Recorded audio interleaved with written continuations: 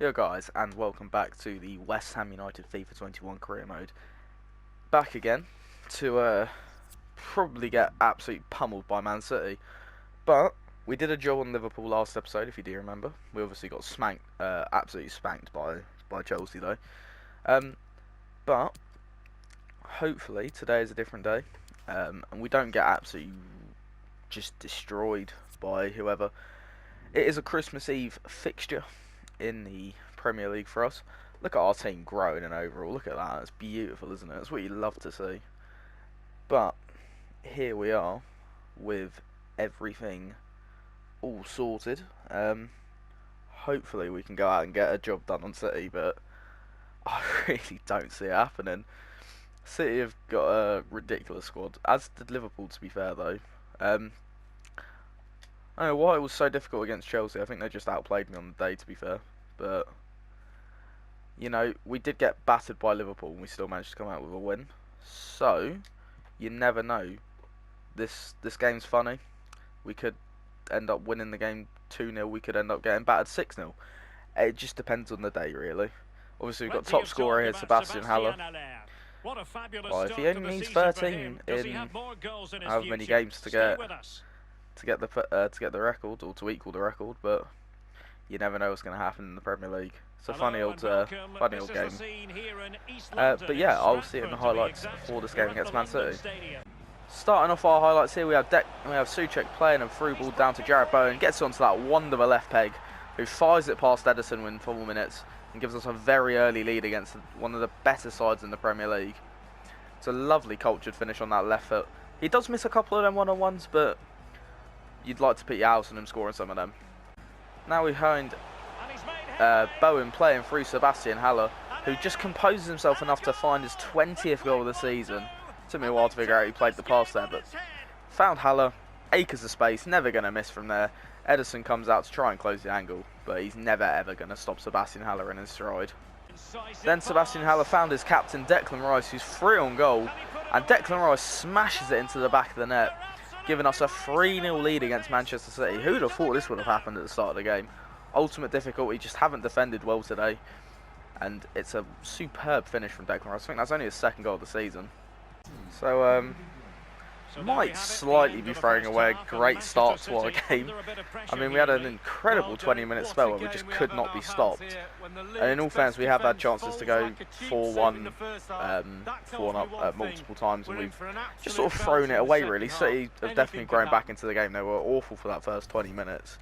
But for us, it was just good play, really. But slightly annoying that we have conceded twice and almost throwing the game away. I think we've played better than City have, but we need to be careful in the second half just not to get complacent, because at the end of the day, I don't mind losing to City, but when you were 3-0 up and you throw away games, it's just not very good.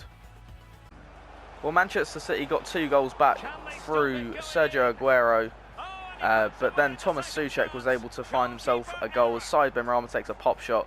It was then parried out to Thomas Souček, who just fires it into the near post. And Ederson probably should be doing a little bit better there. Manchester City then created a chance here for Ferran Torres, who was then just dinked into Sergio Aguero. And Sergio Aguero managed to get himself, just pulled him back. I don't know who scored there second, but I know Sergio Aguero scored one of those goals that pulled him back. And then an awful bit of passing here as City just pressed me. They found Sergio Aguero, who completes his hat-trick with 12 minutes to go. And we've thrown away a 4-2 lead. We threw away a 3-goal lead, to be fair. Aguero smashes it in on his left foot. It's a brilliant finish, to be fair to him. Nothing Fabianski could do about that.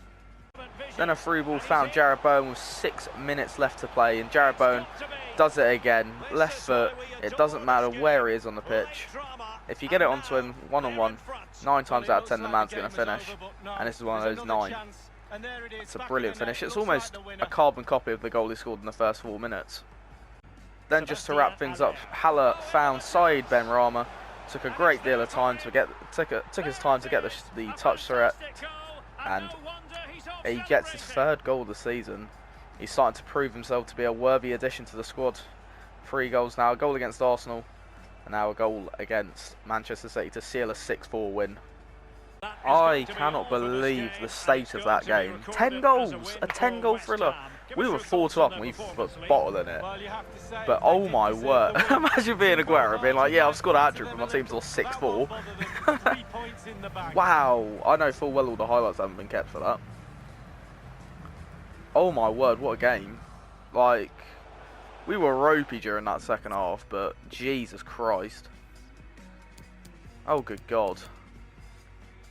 Like, we played very well. Bowen missed a couple of one-on-ones as well. That's how... It's just not very good, is it? It's not very nice when you've... Imagine being City and, like, you've scored 4 away, but you've also conceded 6. Like, your strikers bagged themselves a hat-trick, but you've lost 6-4. A 10-goal thriller at London Stadium. You couldn't write it, really, could you? It just would be City that we get a massive result against. Realised I've went and figured out who actually scored Man City's other goal in their, the thrilling comeback in this game. It was Luka Modric who got the other goal for them. But I'm very much I'm impressed with the way we scored 6 goals against City, but I'm also disappointed in the way that we conceded 4. But I'm not surprised it is ultimate difficulty. We weren't strong defensively. The game was won and lost in midfield, yeah. We had a real togetherness, yeah, we'll go with that. That seems like the correct thing to say. Oh my word. Just realistically, I don't actually know what to do. Because we're still 4 points behind Tottenham. How many games we've got? We're about halfway through the season. And we're 4 games behind Tottenham. It's not the worst. Like, I don't expect to win the title. Like, never in my life do I expect us to be anywhere near the top. But what's the result here? Oh, Benrahma getting another one. And Yarmolenko coming off the bench to score his first of the season. That's what you love to see. And then City lost again. Are City just bad in this game or something? I swear they were 3rd when we played them. Oh my God, they're 6th now. Jesus Christ. That's incredible. What's Haller's record? 21 goals this season. He's only 11 off of the top scorer stuff. Youth player on sale, Alex Morris. We'll probably sort that out in just a second. Oh yeah, I put him on the...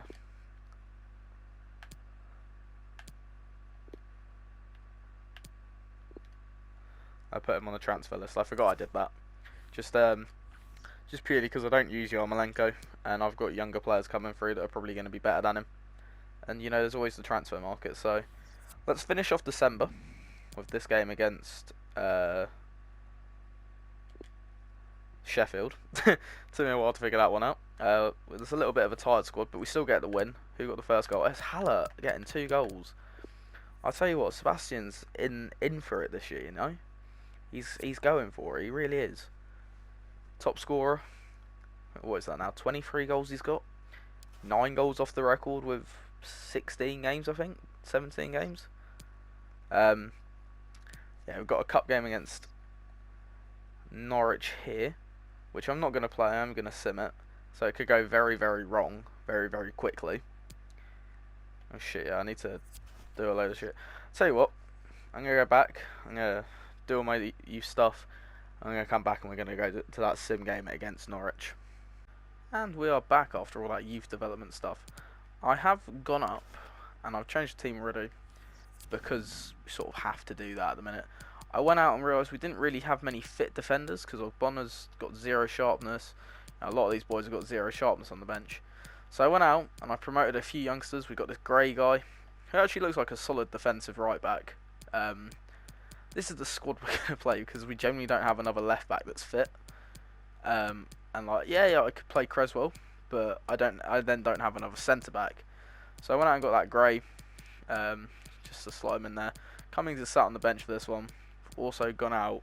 Morris, I think he had to call him up, but I called up Knight and Wright, and I also called up Floyd, just to make up for some of the numbers, just in case we get a little bit further into this. So, what we're going to do is we're going to absolutely smash through the FA Cup. That is a good squad, in all fairness. It looks like a little bit of a rotated side, but at the end of the day, so is ours. I'd be surprised if we lost, in all fairness, but hopefully we can get through in the FA Cup. We win 4-2. Josh Cullen getting a goal, as well as Aaron Creswell. John Hugel scored, of course he did. Ben Johnson getting a red. I've noticed that early on. Cullen and Johnson getting two goals. Oh, not Johnson. Johnson getting a goal and a red card is quite impressive, in all fairness.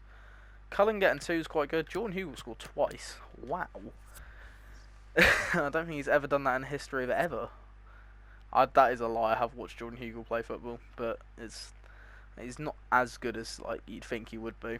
But yeah, good win that for us in the cup. Players returning from loan. What the fuck? We have players coming. Oh, it'll be Winston Reid, won't it? There we go.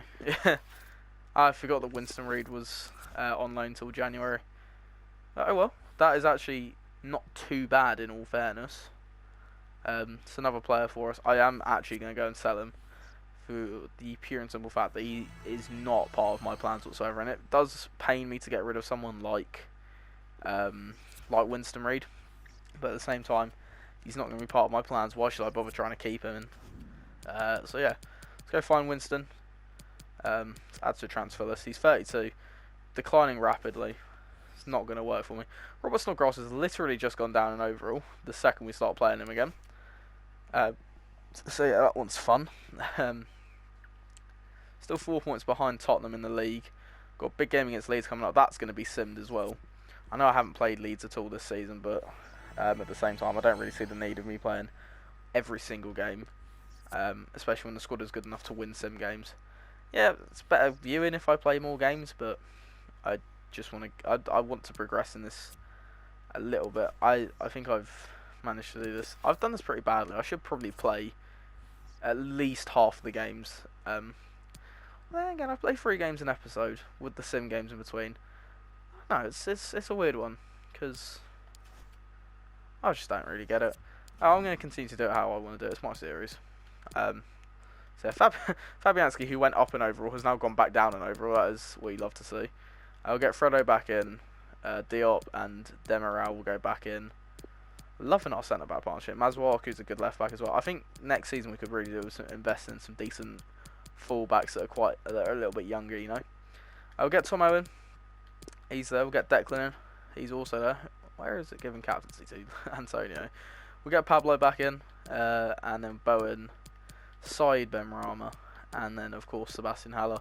And yeah, that'll do it for us. I'm going to change the bench a little bit because I don't really see the need of having a lot of these boys. Don't probably need him. Get Krez back in. And yeah, we'll probably just leave it like that. It does pain me to see that Winston Reid's going to go, but look at his stats. They're just not great, are they? I love Winston Reid in real life. I think he's an absolute legend for the club. Obviously scored that massively important goal for us against Man United in the last game at the Bowlin. But look, your career is short as a footballer, especially when you're 32 and you've got young players coming in there ahead of you. It's just not going to be. See, right.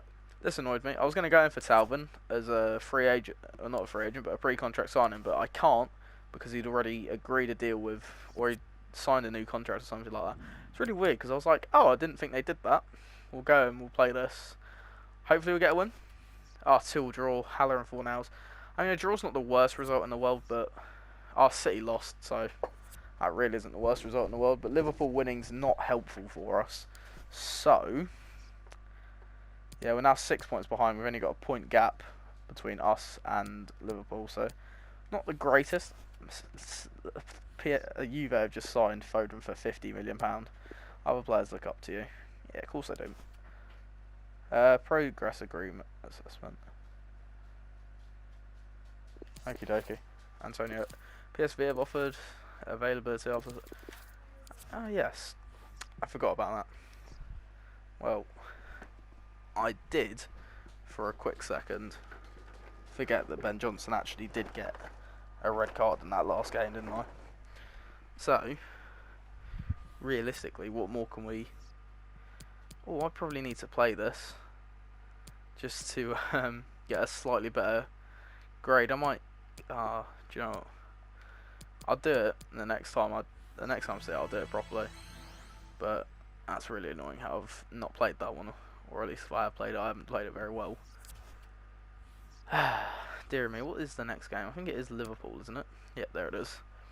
So I mean, if we can get another good result against Liverpool, that'd be lovely.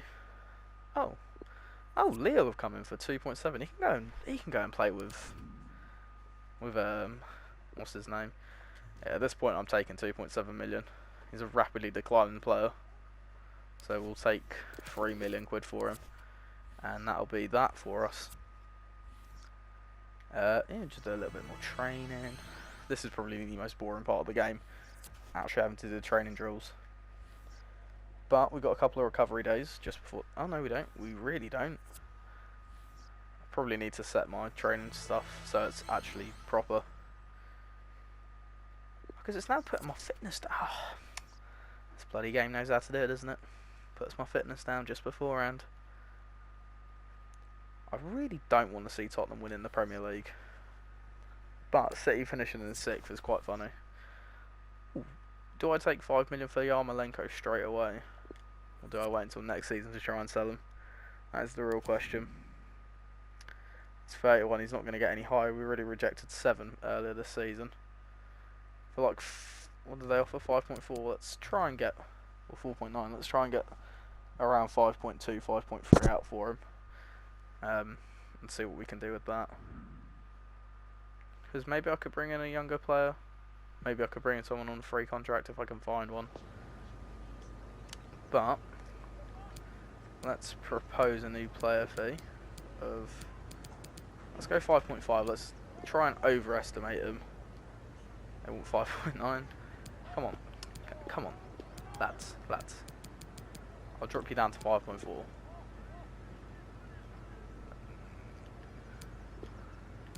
Okay, lads. Not 14 million.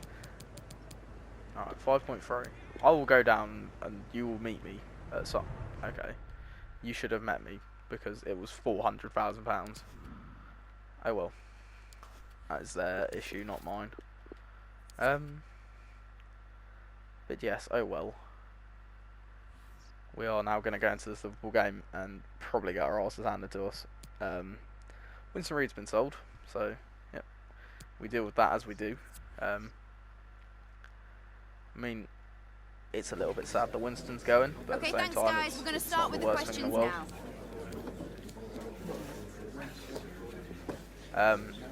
Obviously, losing a 32-year-old centre back isn't the worst thing in the world, but you lose the experience. But then again, when you've got 46 pace, it's not the worst thing in the world. When you've got players coming in and players you've already got, like, transfer market's always there for me to go and sign someone for like £25 million that's massively better than Winston Reid is. But yeah, Anfield, a cloudy day in January for our boys, but we have to take every game as seriously as possible because that is a very strong side. I do not like playing against Liverpool on this game, but we got a massive result earlier in the episode against City, and hopefully we can try and get a massive result now against Liverpool. We've already had one big result against Liverpool. We gave them their first L. Let's just put it that way. We are massive. Who scored in that game? It was a goal, 2 goals from Haller, wasn't it? And a goal from Souček, something like that. The won us that game. Yeah. Hopefully we can. That's gone in here. It's ridiculous. I don't like how long these drills take, and I probably could skip past them, but where's the fun in that?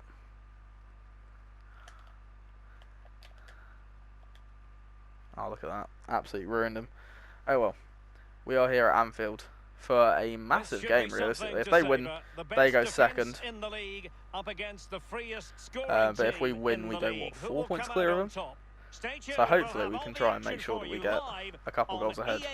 Or go 3 points ahead instead of going 2 points behind. Because at the end of the day, that wouldn't be very good for us. Not that I'm expecting to win the league at all. But yeah, I will see you in the highlights for this game at Anfield. First highlight of this game is Said Benrahma running down the left-hand side and putting a lovely finesse goal composed into the bottom right-hand corner. Is it bottom right-hand or bottom left-hand? Anyway, he just puts it in the bottom corner, absolutely sinks. It's the bottom right. I thought it was. Puts it past Alisson, absolutely zero chance for him. And we go 1-0 up at Anfield at the Kop. A pretty poor bit of defending here allows Firmino to get in behind, and he just fires it into the near post past Fabianski and levels it for Roberto Firmino. It's a lovely pass into him, to be fair, from Robertson. It's just poor defending to let him have the space and to let the pass happen, but 1-1. Then we run down the wing with Jarrod Bowen here, who crosses it into the super sub Michail Antonio, who's had to come on due to an injury. But an absolutely fantastic ball in from Jarrod Bowen, who's been one of my favourite players to use this year. And then just a brilliant header from just a brilliant man, really. His third goal of the season has put us back ahead again at the Kop end. Well, I mean, other than the Sebastian Haller injury and the pretty poor piece of defending we had for Firmino's goal, it's a good half. We are absolutely massive against the top sides. We just can't be beaten, unless you name Chelsea, of course, in which case we can be beaten. Obviously, getting that second goal just helped so much. I think the way we've played isn't great. Like, it's been kind of shambolic to play, but we've not been out of the game massively. Apparently we've only had one shot, so I don't get how we're 2-1 up if we've only had one shot. Doesn't really make much sense, but I don't really care, because in reality we're equal in terms of shots. Possession, yeah, they're going to dominate the ball. Ultimate always seem to dominate the ball against me. Their Legendary dominated the ball against me, so we just have to keep riding our luck and making sure that we actually play quite well. Moving on to our second half highlights, Fabinho just lifts it on, and Origi just manages to slide it through the legs of Fabianski to make it 2-2. Divock Origi came on as a substitute. It's an alright goal. It's pretty piss poor defending yet again. It's a good finish, to be fair to Origi. He's done very well to get the chance created like that, but they've drawn level once again. Not that I would stop side Benrahma from having his say on this game, as he thumps it into the top left-hand corner at the away end. No idea how he's managed to do that. It's just the pure pace and skill of the man. But you would argue he can't really miss from there, especially when he's put that much power into it. Then with 10 minutes to go, Masuaku finds Antonio, who finds Souček free at the far post, who puts us 4-2 up at Anfield, and might just have put a finishing touch on a pretty good performance, all things considered. But the game wasn't quite finished there, as Van Dijk managed to find Henderson, who found Divock Origi, who managed to find his second goal. And with a couple of minutes left, they pull one back. Is it too little too late for Liverpool, or will they manage to find a late leveller? We have actually done it again. We've beaten Liverpool both games, and that one was not as tense, but I mean, we weren't great again, but we've managed to pick up another 3 points against Liverpool. Like, Benrahma, absolutely incredible player, mate. Don't know why if I ever slated him. He just didn't play that well, did we? If 4 of our shots on target are ending up in the back of the net, you've got to ask questions about Liverpool's defending. Well, the fact that Origi came on and played a 9.7 is quite ridiculous. Well, Benrahma got 2 goals. You don't see him getting a 9.7, do you?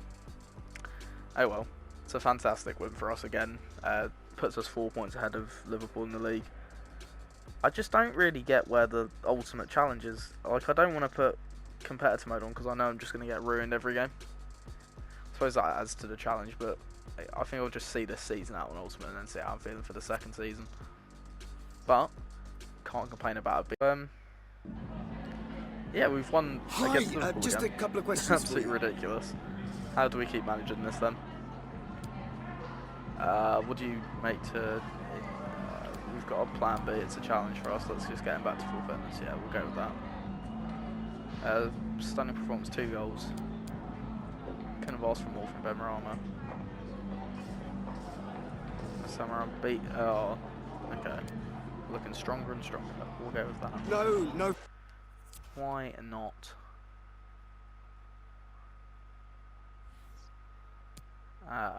Now I need to know how long Sebastian's out for. Oh, he's done his ACL. Of course he has. That's another one. That's 2 ACL injuries in one season. He can't get the record in the Premier League. I'm absolutely fuming. That is unbelievable. So, that's really not great. Another ACL injury. That is unbelievable. He was top scorer as well. He was going to finish on like 30 plus goals. And I've been ruined. Okay, well, I might need to dip into the transfer market at some point just to try and sign a sub striker. Probably not Tyrese Campbell, even though he's about to leave. Oh, that's really annoying. Sebi, man. I hope he doesn't get a dip in overall for that. Because Anderson went down in overall from his ACL. I mean, you could argue we've got one of those youth players that could drop in at striker. But realistically, that's not how I want to use them. And I shouldn't be playing them like that immediately because they're just not good enough. I've been playing pretty well as of late. You're our only striker, mate. So yeah, you sort of have to play. That's really frustrating. And that's two. Imagine how unlucky I must be to get 2 ACL injuries in one season.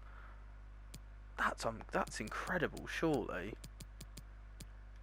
Is anyone else experiencing just mass injuries with people? That's really annoying. Because look, Anderson's there. I don't have another striker. I've got Xande, who's gonna have to sit on the bench for now. Like, I don't plan on using Xande Silva. Well, it gives Antonio a massive opportunity now to shoot his way through up. Quick sim this one against Burnley. That's really frustrating. And we got a 2-2 draw. Antonio getting a goal though. Which, I mean, you can't ask for much more. That's really, really annoying. Oh, I am fuming.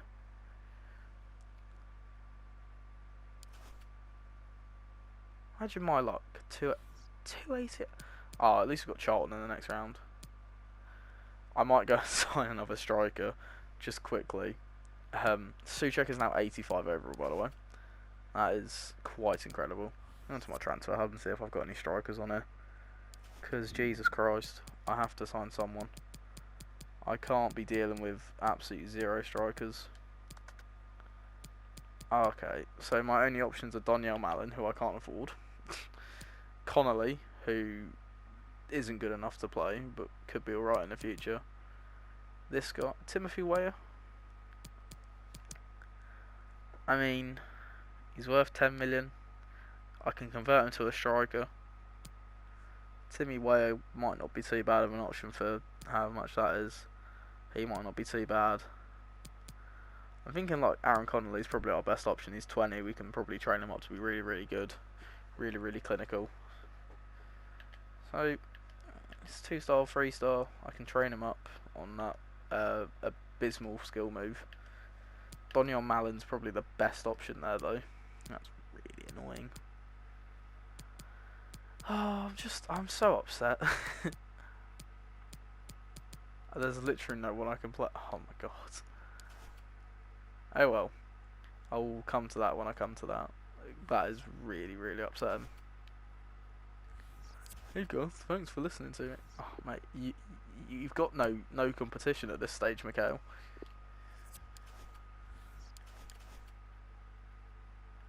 I'm absolutely gutted. As if we have lost 2 of our best players, both to the same injury.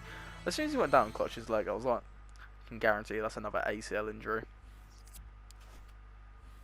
I imagine the scenes though, like you finally start playing the game, you're like, oh, I've got 24 goals with this striker. I can't wait to absolutely smash it with him for the rest of the year. And then Virgil van Dijk just clatters through him and gives him an ACL. So I just go away. In lighter news, Souček has gone up to 85 overall without us even like needing to do much. I think that's the best we can probably say for this. Now Cummings will play, Yarmolenko will play, Xande will have to play, Manu will play, Cullen and Noble will play, Krez will play, Johnson will play, Balbuena will play. I'm going to play Ogbonna, and then Randolph will play. And that'll be how we go into this one against Charlton in the Cup. That is ridiculous. Oh my god. I need to find a new striker ASAP, Rocky. The only question is, who do we get? Because there's a lot of strikers. We actually lost. Ben Johnson scored again though. We actually lost to Charlton away.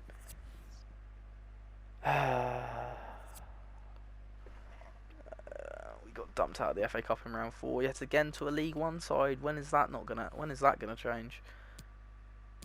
Okay, so we're still 6 points behind, but at least we're 4 points ahead of Liverpool still. Proud of you, Manuel. That is so annoying.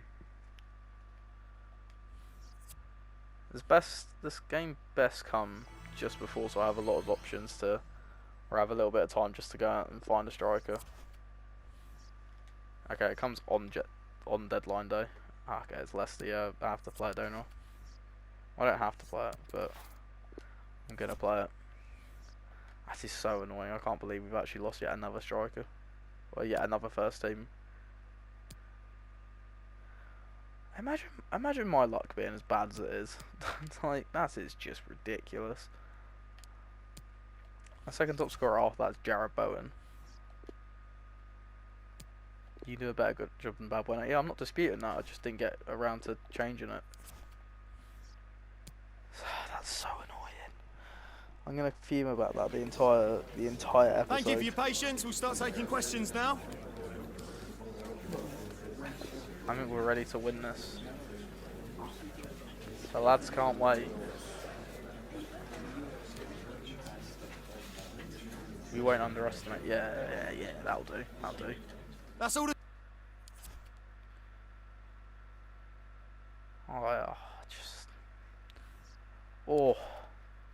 It's actually a big game in the season, to be fair. I don't get how this team has managed to lose 2-1 to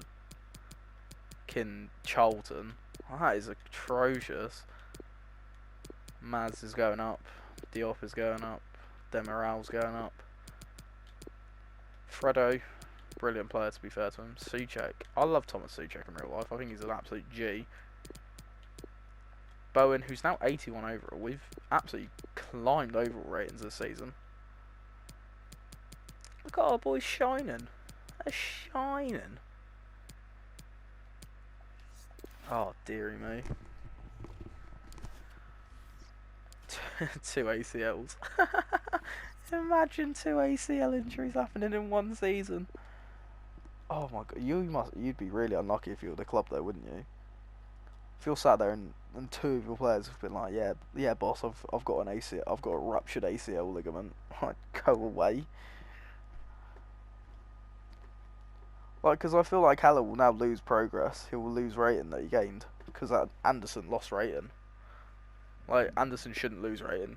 In theory, he should have one more decent, or like a couple more decent seasons in him before he starts declining in overall. Not half a year, gets an ACL, and then declines. I get that it happens. Like, I'm not disputing that, but just doesn't make a great deal of sense that it has happened. Can you just put it in the bloody hole there, Pablo? Oh well. We're off to the King Power. It's one of the few away games we play. But this is probably a big game, and I'll see you for the highlights in this one. To start our highlights off here, we have an early chance here for Syed Benrahma, who just goes for that near post. A little bit like he did against Liverpool, didn't quite come off with it this time. As Castle Schmeichel, it's a little bit further out than the one he scored against Liverpool, but Schmeichel was equal to it for that one. He must have been watching the highlight reels of the Liverpool game. And then we concede a penalty in the 20th minute as Dominic Calvert-Lewin gets through. I had to either it was a make or break challenge for Demiral, and unfortunately for him, he doesn't quite make it just enough. I don't know whether Calvert-Lewin would have saved the initial shot or not, but it's a penalty to Leicester. Calvert-Lewin then stepped up for the penalty, went right, as did Fabianski, and he spares Demiral's blushes.